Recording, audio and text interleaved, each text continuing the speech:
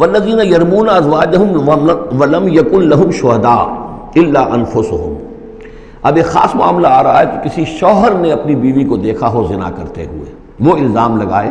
کہ میں نے دیکھا ہے اپنی بیوی کو زنا کرتے ہوئے، درحال ہے کہ اس کے پاس 3 اور گواہ نہیں ہیں، لیکن چونکہ یہ معاملہ ہے شوہر اور بیوی کا،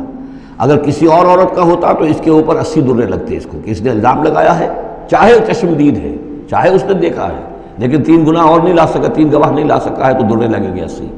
لیکن معاملہ چونکہ بیوی کا ہے، اس کے لیے خاص قانون ہے، اس کو لعان کہتے ہیں۔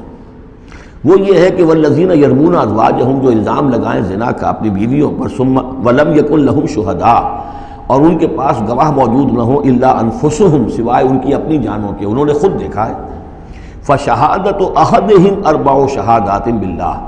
تو یہ ایک شخص کی گواہی بھی 4 گواہیاں شمار کی جائیں گی، جبکہ وہ قسم کھائے اللہ کی، انہ لمن الصادقین، کہ وہ سچا ہے،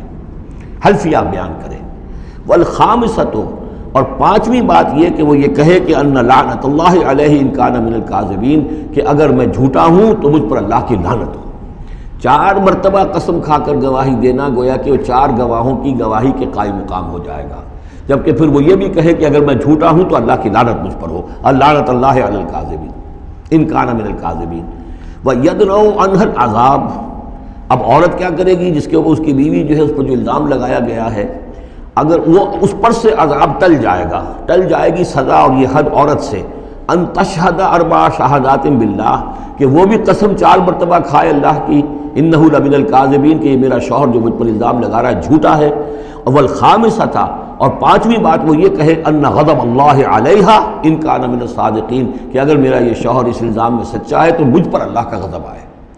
اس انداز میں پھر یہ کہ عورت کے اوپر پھر حد جاری نہیں ہوگی، اور اگر شوہر کے 4 قسمیں کھا کر الزام لگانے اور پھر یہ کہ اللہ تعالیٰ کی لعنت اپنے اوپر طلب کرنے اگر جھوٹا ہو، اس کے بعد اگر بیوی خاموش رہتی ہے، وہ جوابی طور پر قسم نہیں کھاتی 4،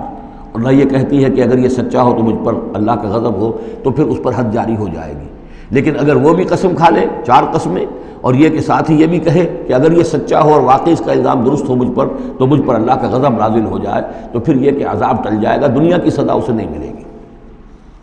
وَلَوْلَا فَضْلُ اللَّهِ عَلَيْكُمْ وَرَحْمَتُهُ، اور اگر اللہ کا فضل اور اس کی رحمت تمہارے شامل حال نہ ہوتی، وَأَنَّ اللَّهَ تَوَّابٌ رَحِيمٌ، تو گویا کہ یہاں پہ محذوف ہے کہ اگر اللہ کا فضل اور اس کی رحمت شامل حال نہ ہوتی تو تم بہت غلط راستے پر پڑ جاتے، تم کوئی بہت بڑا قدم اٹھا دیتے۔ وہ جو بھی واقعہ اب آگے آ رہا ہے یہ اس کے لیے تمہید ہے۔ وَأَنَّ اللَّهَ تَوَّابٌ حکیم، یقیناً اللہ تعالیٰ بہت توبہ کو قبول فرمانے والا اور حکمت والا ہے۔